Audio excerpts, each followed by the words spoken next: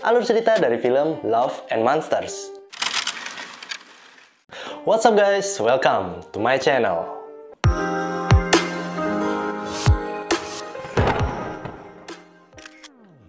Oke, di video kali ini gue akan ngasih ke kalian alur cerita dari film Love and Monsters. Sebuah film yang bercerita tentang seorang pria yang mencari kekasihnya saat dunia sudah dikuasai oleh hewan-hewan monster-monster berdarah dingin. Tapi sebelum kita masuk ke pembahasannya, gue mau ingetin dulu buat kalian yang baru mampir ke channel ini, jangan lupa kalian subscribe channel ini guys. Dan jangan lupa juga tekan tombol loncengnya agar kalian gak pernah ketinggalan dengan video-video terbaru yang akan gue upload berikutnya. Dan gak usah berlama-lama lagi, langsung aja ini dia alur cerita dari film Love and Monsters. Simak video ini sampai habis. Film ini dimulai dengan diceritakannya awal mula dari monster-monster yang mendadak menguasai bumi. Digambarkan sebuah meteor yang sedang menuju ke bumi yang berhasil dihalau dengan diluncurkannya roket ke langit. Namun bukannya berhasil, senyawa kimia yang dihasilkan dari ledakan roket tersebut justru membuat hewan-hewan berdarah dingin tiba-tiba bermutasi menjadi monster. Dan seketika, nyawa manusia pun terancam. Dalam kurun waktu 1 tahun, 95% dari populasi manusia di bumi akhirnya musnah.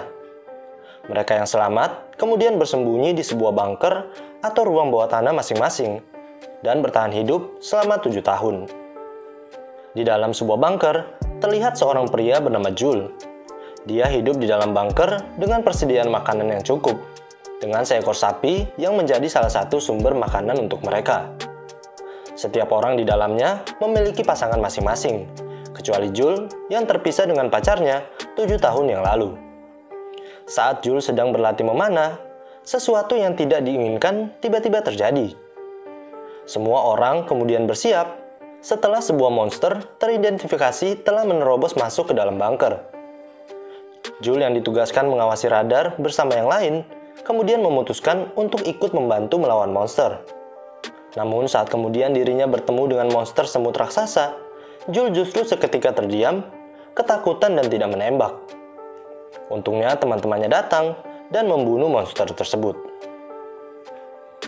Scene berpindah pada 7 tahun lalu, di mana terlihat Jules dan pacarnya Amy yang sedang berkencan di dalam sebuah mobil. Jules terlihat sedang melukis wajah Amy, lalu Amy memberikannya sebuah hadiah berupa pensil warna.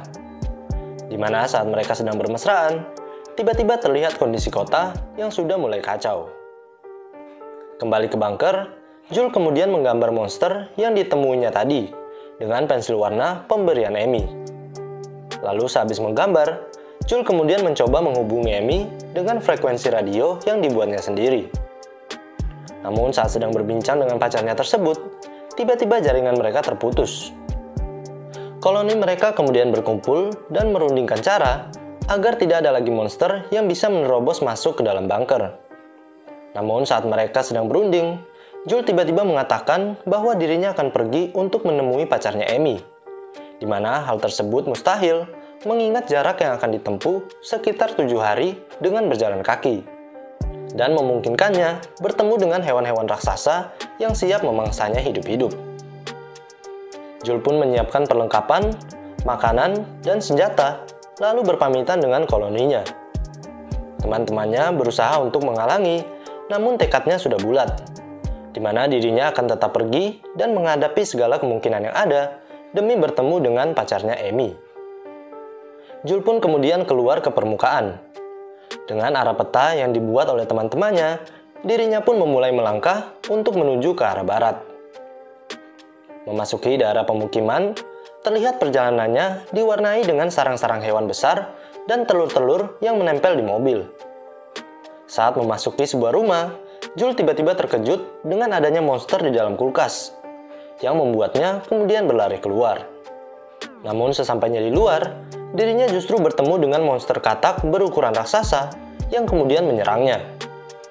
Untungnya seekor anjing berhasil menyelamatkannya dan membawa Jules ke tempat persembunyian anjing tersebut, di mana Jules terlihat kagum dengan anjing yang menolongnya. Saat melihat ke sekitar, Jules kemudian melihat sebuah tulisan dan menyadari bahwa anjing tersebut bernama Boy. Boy terlihat marah saat Jules memegang sebuah gaun merah yang berada di atas kasur. Lalu Jul menyadari bahwa itu adalah milik dari majikan Boy, yang terlihat sudah lama tidak kembali. Jul kemudian bermalam di tempat persembunyian Boy, dan keesokan harinya, Jul bersiap untuk melanjutkan perjalanannya. Sesaat setelah keluar, tiba-tiba anjing bernama Boy tadi bersikap seperti ingin ikut bersama dengan Jul, namun meminta Jul untuk membawa gaun merah milik majikannya tersebut. Jul kemudian menyimpan gaunnya, lalu melanjutkan perjalanan dengan ditemani oleh Boy. Terlihat perjalanan yang panjang dilalui oleh mereka berdua. Di tengah perjalanan, Jul menemukan sebuah pohon ceri. Namun saat ingin memakannya, Boy seakan memberitahu bahwa ceri tersebut adalah ceri beracun, yang akhirnya membuat Jul tidak jadi memakannya. Mereka pun melanjutkan perjalanan. Namun tiba-tiba Jul terperosok masuk ke dalam lubang. Terlihat tulang belulang manusia memenuhi lubang tersebut. Seekor monster cacing nyaris saja menggigitnya. Untungnya tiba-tiba seorang pria dan anak perempuan menemukannya dan membantu Jul untuk naik dari lubang-lubang yang penuh dengan monster tersebut. Jul dan Boy akhirnya memutuskan untuk ikut berjalan bersama dengan mereka. Mereka mengajarkan Jul cara menembakkan panah yang benar hingga akhirnya membuatnya menjadi sedikit lebih mahir. Mengenalkannya beberapa monster yang bisa dihindari dan yang bisa dikendalikan dengan menggunakan ketenangan. Karena monster baik atau jahat bisa terlihat jelas dari mata mereka. Mereka pun menyadarkan Jul bahwa tidak boleh makan atau beristirahat terlalu lama dalam sebuah perkemahan. Dilarang berjalan menggunakan jalan pintas, berlatih setiap ada waktu untuk berlatih, dan memberikannya pengetahuan tentang tanaman yang bisa menjadi anti racun. Hingga akhirnya mereka harus berpisah, di mana Jul harus melanjutkan perjalanan menuju barat, sedangkan mereka akan melanjutkan perjalanan menuju utara. Dan sebelum berpisah, Jul diberikan sebuah granat untuk berjaga-jaga. Jul dan Boy pun melanjutkan perjalanan. Namun di tengah perjalanan, Boy tiba-tiba berperilaku aneh dan bersembunyi di bawah sepeda air berbentuk bebek. Saat Jul berusaha mengajaknya keluar, tiba-tiba seekor monster berupa kaki seribu muncul, memukul Jul hingga terpental dan berusaha memakan Boy yang berada di balik sepeda air. Untungnya dengan berani, Jul kemudian menembak monster itu dengan panahnya dan berhasil membunuh monster tersebut. Memasuki malam hari, saat sedang berteduh di sebuah motel, Jul bertemu dengan sebuah robot Mavis yang membantunya memberikan daya agar bisa memberikan kabar kepada pacarnya bahwa dia akan segera sampai pada koloni mereka. Namun saat sedang mengobrol, daya dari Mavis pun habis. Saat pacarnya Amy memberitahukan bahwa ada seorang kapten kapal yang akan membawa koloninya pergi dari tempat tersebut. Keesokan harinya, Jul dan Boy kembali melanjutkan perjalanan. Namun terlihat jalannya buntu, sehingga mereka terpaksa harus mengambil jalan pintas. Dan tiba-tiba, seekor monster berjenis Queen yang sensitif terhadap suara tiba-tiba berada di belakang Jul. Dengan melempar barang untuk mengalihkan perhatian, Jul kemudian berlari untuk menghindar dari monster tersebut.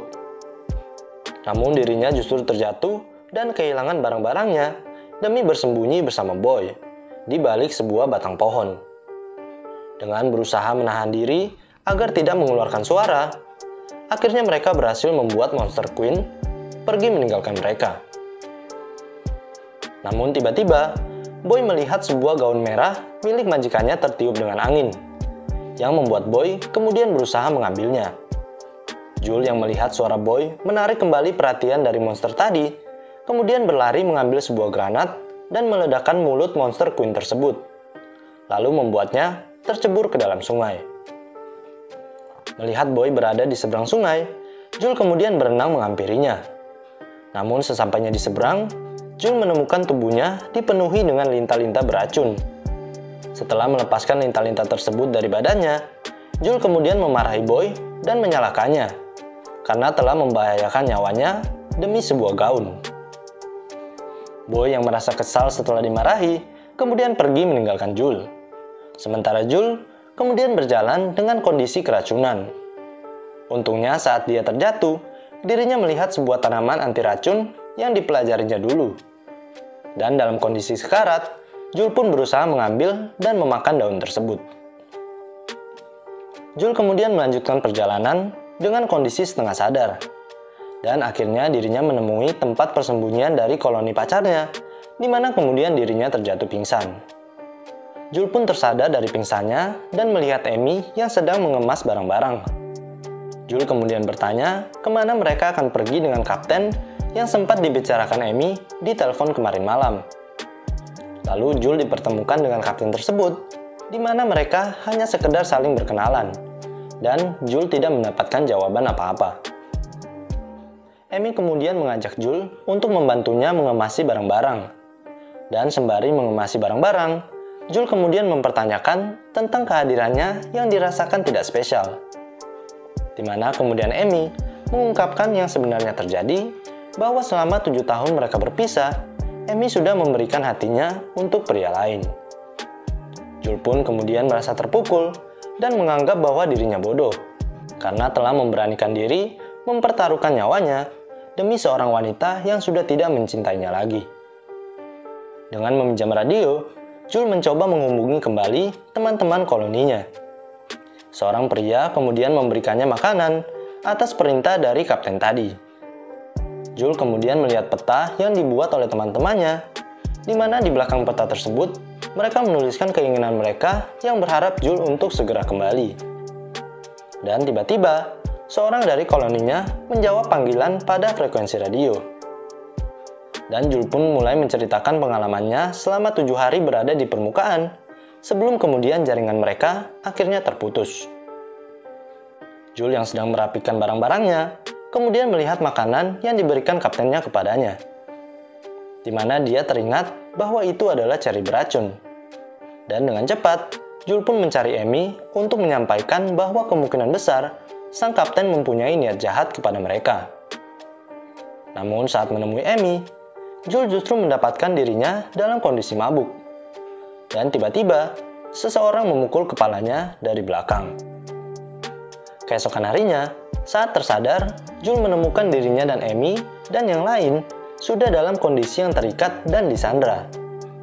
Di mana sang kapten kemudian berkata bahwa kedatangannya hanyalah untuk mengambil persediaan makanan yang mereka miliki, sekaligus memberi makan peliharaannya. Dengan menekan tombol yang dibawanya, seekor kepiting raksasa kemudian terlihat menghampiri mereka. Dengan panik, orang-orang pun berlari menyelamatkan diri. Amy yang membantu Jul untuk melepaskan ikatannya, kemudian berusaha menghalau tembakan dan melumpuhkan musuhnya. Sementara Jul, dengan menggunakan besi, dirinya berhasil membuat kepiting tersebut akhirnya terbalik. Namun tidak tinggal diam, sang kapten menekan tombolnya lagi, yang mengakibatkan Jul terpental setelah terkena cangkang dari kepiting. Amy yang terbangun berusaha melumpuhkan teman wanita dari kapten tersebut. Jul yang terbangun kemudian menemukan anjingnya Boy yang tiba-tiba datang dan berusaha menyelamatkannya.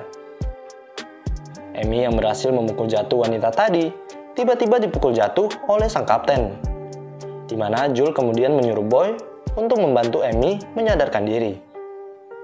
Sementara kapten bersama kedua temannya kemudian kabur menuju kapal mereka. Amy yang tersadar kemudian melemparkan senjata pada Jul yang kondisinya sudah hampir dimakan oleh kepiting tersebut.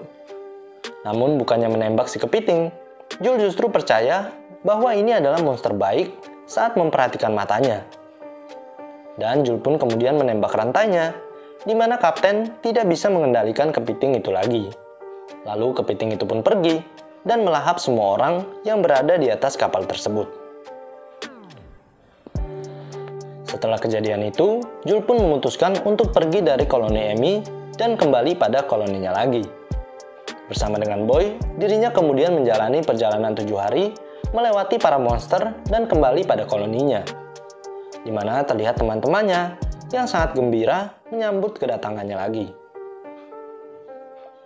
Jul kemudian membuat siaran pada radio untuk semua koloni yang berada di bunker mereka masing-masing, dan menceritakan pengalamannya selama melakukan perjalanan di permukaan, di mana dia meyakinkan semua orang bahwa apabila dirinya bisa mengatasi monster-monster seorang diri, kemungkinan besar manusia bisa merebut kembali bumi yang sudah dikuasai oleh monster-monster tersebut.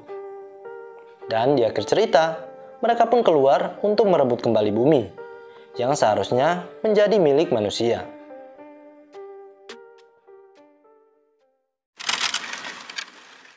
Oke, itu tadi alur cerita dari film Love and Monsters. Buat kalian yang belum subscribe channel ini, subscribe dulu channel ini guys. Dan jangan lupa juga like kalau kalian suka dengan video ini, komen di kolom komentar yang ada di bawah, dan share juga ke teman-teman kalian yang sekiranya menyukai konten-konten seperti ini. Dan akhir kata, sampai ketemu di video berikutnya, and see you.